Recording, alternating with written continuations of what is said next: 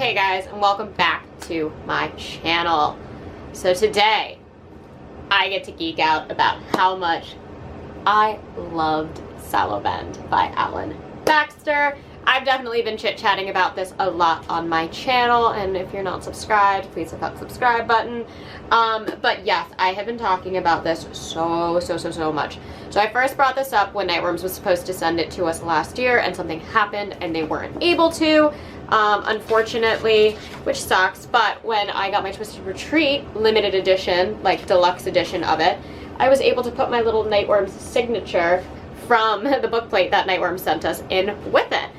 So this book came out in 2022, not too long ago, and we do have this beautiful redesigned cover. So the actual like flap is pretty much the same, but you get this like beautiful creepy like deer skull. I actually don't have any idea what that has to do with the book, since there really aren't many deer, if any, in the novel, but whatever, it's there, it's cool. I love this cover. I think this is awesome. I love the cabin, I love the girl and the reflection, I love how it is so pivotal to the story. It's just awesome and creepy. So as you can tell, I'm just gonna go right ahead and say it. This was a 5-star read for me. And I think the number one reason that it was a 5-star read for me is it was just so enjoyable for me to get through. It is a premise that I really love. It's not coming of age, but it is the carnival comes to town in the small, like kind of isolated suburban area. I really love that setting. I love both the idea of like the carnivals coming into town. I love reading about carnivals. I love reading about the characters that are written in carnivals. It is my favorite novel, so there's definitely a little bit of that in there. I love small town horror. I love close-knit, like tight-knit community horror. I think it's really cool. And I just adored the setting. I adored the weirdness of this book, the uncertainty, the mystery, the different perspectives that you got, and the unique perspectives that we got from our main characters.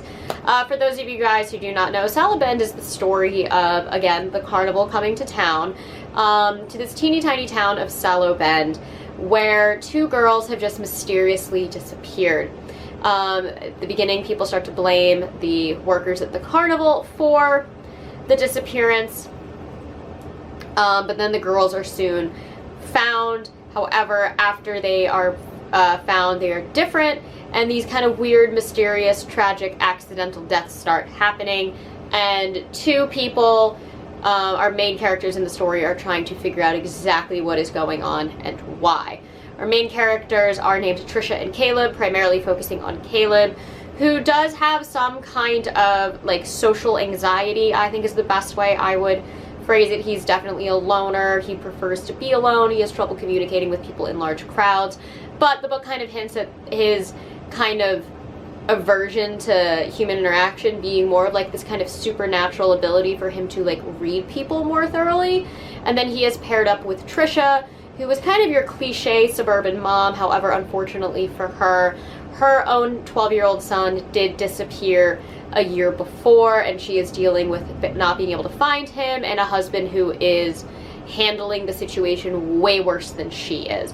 So these two team up and try and figure out exactly what's going on, because obviously Trisha really wants to find missing children. That's kind of her thing. So she works very closely with Caleb to see if they can understand what's happening. All the while, you also get some perspectives from our 4 detectives, primarily from Val, who I think is the strongest character out of the detective characters. She's a transplant to the town, which is cute because it means that she moved there when she was like a teenager, but then like grew up there. They still consider her like an outsider, which is like some small town. And she is a very interesting character to read about. She has a lot of depth. She has a lot of knowledge. She kind of gets the sense that she knows that something is wrong, but she doesn't seem to understand what. And then, of course, we get a lot of the different perspectives from our carnival characters, primarily Ashley, who runs it, and then kind of her, like, right-hand, like, men and women. This was so much fun. The mystery was so weird. There's one twist that happens very early on in the book that I feel like was my one hesitation with it, because I felt like, and the story deals with Randy, where when Randy's whole like secret is revealed, I really feel like Alan Baxter could have blindsided us even more. And maybe this is just because I've just recently read Christopher Triana's and I've been talking about Gone to See the Riverman a lot, but I would have loved a twist akin to Gone to See the Riverman, where you kind of get blindsided with the reveal, but I feel like it was kind of hinted at a little too openly, so that when it was revealed I wasn't as like shocked as I could have been. But that's honestly the most nitpicky thing that I can have about this. There are a lot of gray characters, which I really, really enjoyed. Nobody's really a good person except for maybe Trisha and Caleb. And even they do have their minor flaws, and I love reading stories about characters that aren't perfect. It makes them so much more real, so much more tangible. So reading about flawed characters and even potentially evil or nefarious characters, but having them being forced to be in a good light, I think was really cool. I found Saul to be an extremely interesting character. He isn't described this way in the book at all, but for some reason he, in my mind, looks just like Mr. Bobinski. He, for some reason, looked just like Mr. Bobinski in my head, and maybe just because they're both, like, performers in, like, kind of bizarre sideshow acts, but I just kept seeing him as the Mr. Bobinski when Coraline's in, like, the other world. So that was kind of fun for me, at least, but his whole story, I would have read a whole book just on his character traveling with the carnival and how he got there. I thought he was fascinating. I will say the conclusion to his story I felt was a little anticlimactic, and I would have loved for it to have been more. I understand why it happened. I just feel like 5 to 10 more pages into that and I would have been super on board, or even like 5 to 10 pages on his backstory, I would have been super on board with it. There really aren't too many flashbacks, but I do really love the way that Alan Baxter allows our main characters to solve the mystery and understand what's going on. It didn't feel forced. It felt hinted at throughout the entire novel without me realizing that's where those hints were going. Like, it just felt very perfectly laid out, very well developed.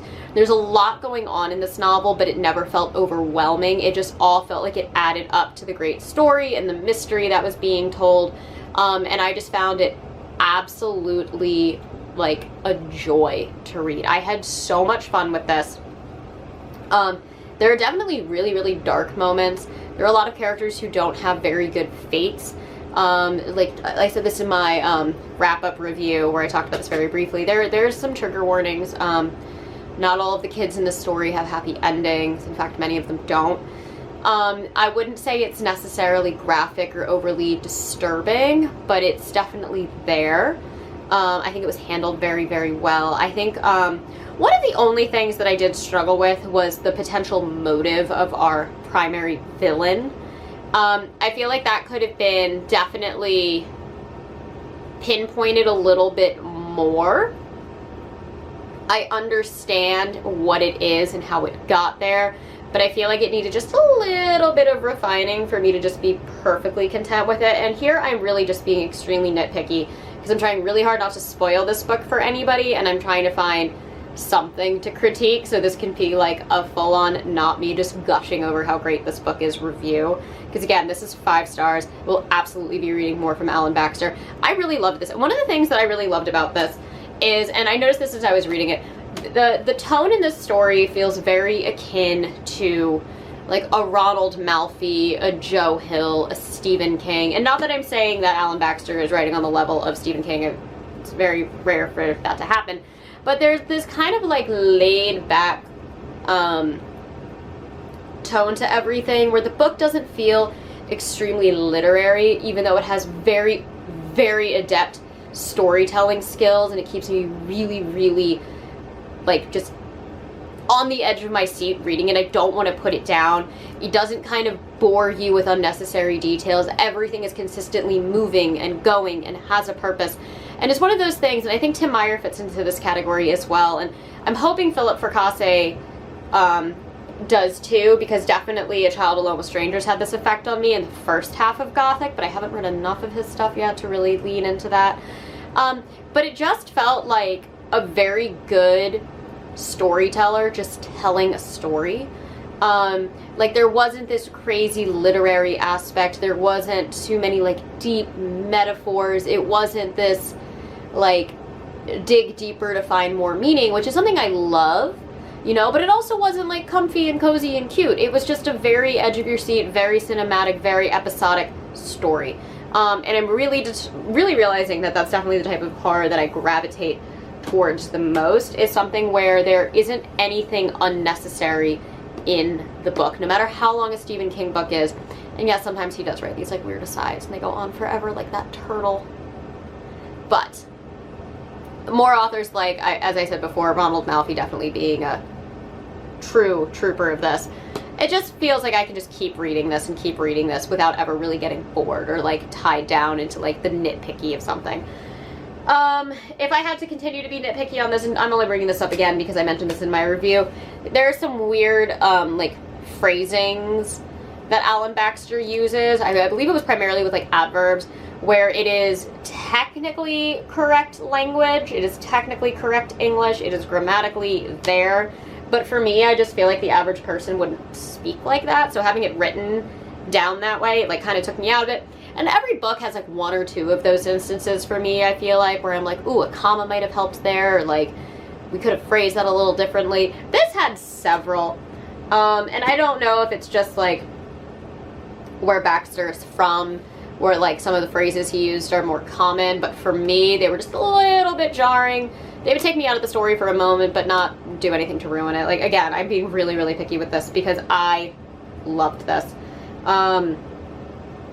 I loved our character, John. He was so brave and so sweet. He got a little creepy towards the end, but I did enjoy him. I thought Daniel was such a tragic character. I thought he was just a victim of circumstances. And I really, really loved Ashley. I loved having a strong female lead for our carnival. I loved having a strong female mother as one of our main characters. I loved that our main characters were kind of on the older side in a setting that would typically be more of like a coming-of-age young adult thing. I think of Black Mouth and It. And they weren't. I really, really appreciated that. I thought, again, this was so unique. This was so cool. The cabin is so cool. It reminded me so much of that scene in Adam Neville's The Ritual in the first half of the book when they first set out and they find a cabin in the woods.